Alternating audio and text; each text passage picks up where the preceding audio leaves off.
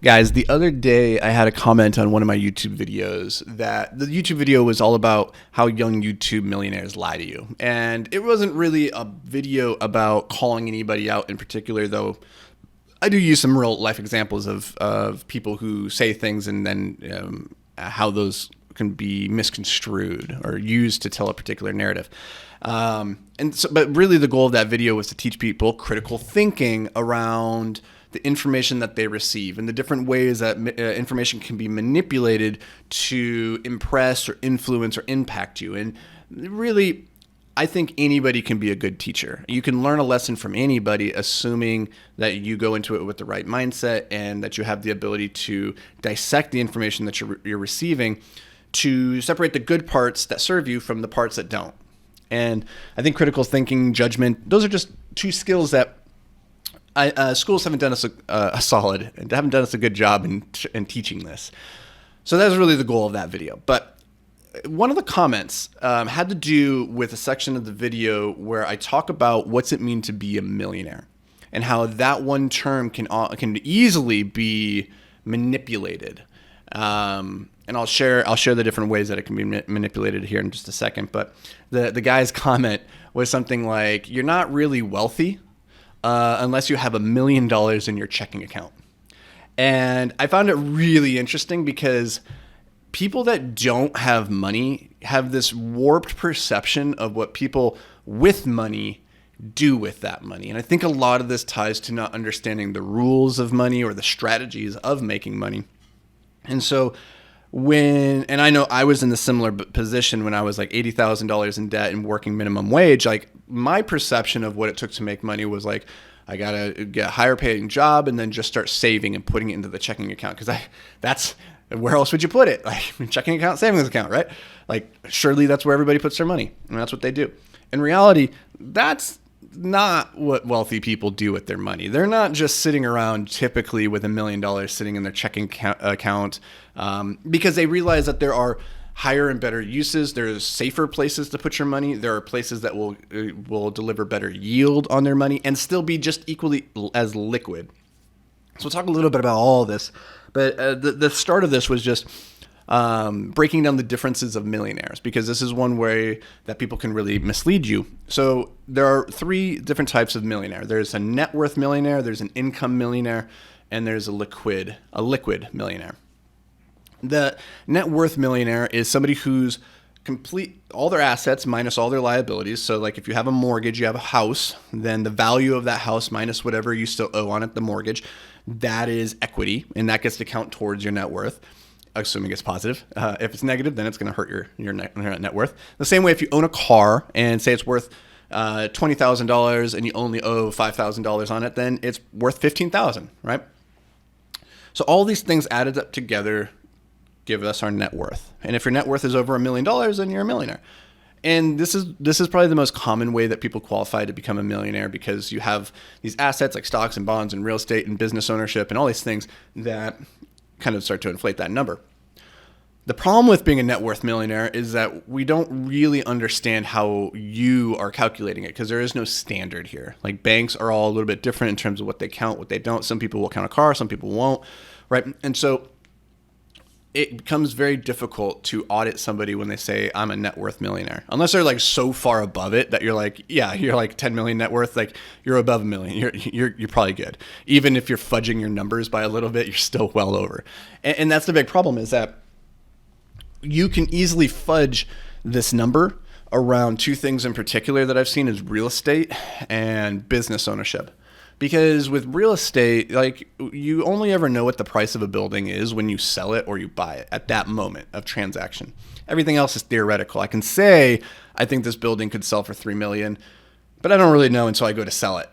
And I might be wrong. It might be only worth 2.5, or it might be worth 4.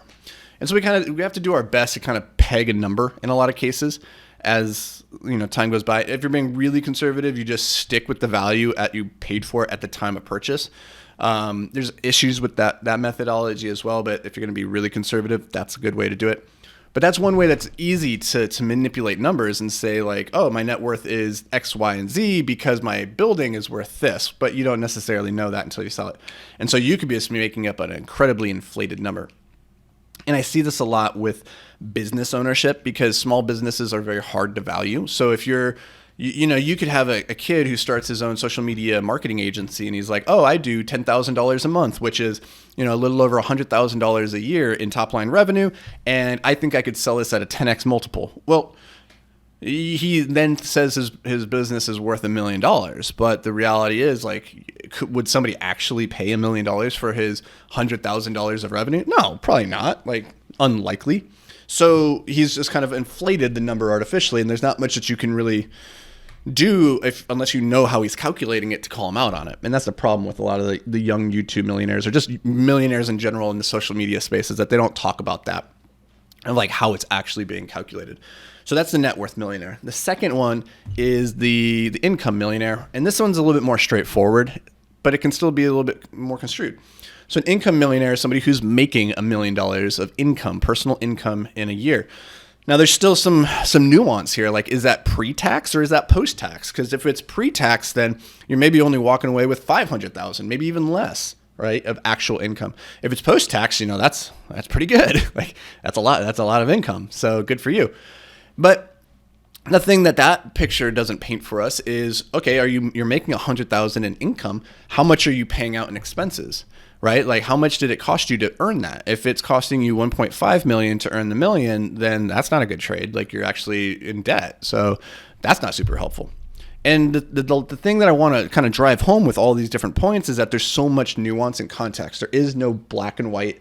Here's the answer. So you just need to be able to apply critical thinking and ask yourself, okay, in what scenarios would this information be valid and helpful? And in which scenarios is it not, right? That's the key.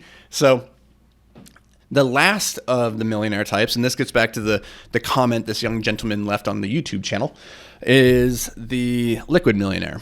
This is somebody who has $1 million liquid and available. Now, when you hear that, a lot of people think it means you have cash in the corner or you have in a checking account, savings account somewhere that you could easily just pull it out.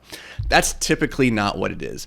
Typically, when somebody is a liquid millionaire, it's in some kind of easily converted investment vehicle, like a money market or a treasury bond, something that's earning yield in a very stable, safe environment, but that's still fairly liquid. It's very rare to see somebody keeping just $1 million in a checking account or in a savings account. Now, I'm not saying it doesn't happen. Depending on how rich you are, you might actually have that just sitting around, because what most wealthy people are doing is just keeping enough money around and liquid in those types of checking accounts to pay for their lifestyle, their cost of living on a monthly or maybe 3 to 6 month basis. So if your cost of living is pretty high, then sure, you might have $1 million sitting in your checking account, but I would venture to guess that person is probably north of 50 million net worth pretty comfortably at that point, if not even higher, honestly. So $1 million in a checking account is just a lot of money to have sitting around. And the reason that most wealthy people don't do that is because, one, you're vulnerable to the banks, and we've seen in 2009 that banks do fail. And then two, you're so vulnerable to inflation and all these external factors that are just eroding your money, that most people are just putting their cash into something that's going to earn them a solid yield, like a treasury bill that's 4%. So, and backed by the US government. So very, very stable. But it's just always interesting to me when I see comments like that of how people who do not have money perceive what people who do have money do with that money, right? And so I'm not saying that this is what you need to start doing with yours. The tactics and strategies that you deploy when you have money is a little bit different than what you do when you're building it. But I just wanted to share that with you guys, specifically the distinction of those different types of millionaires, because I find that's an easy area to mislead people. And so I just want to arm you with a tool that'll maybe help you think a little bit more critically about those claims when you hear people make them. So hopefully that brought you some value. If it did, awesome. Put that as a gold star on the board. Good job, Anthony. And that's all I got for you guys. I'll see you back here tomorrow. Until then, stay hyper-focused, my friend.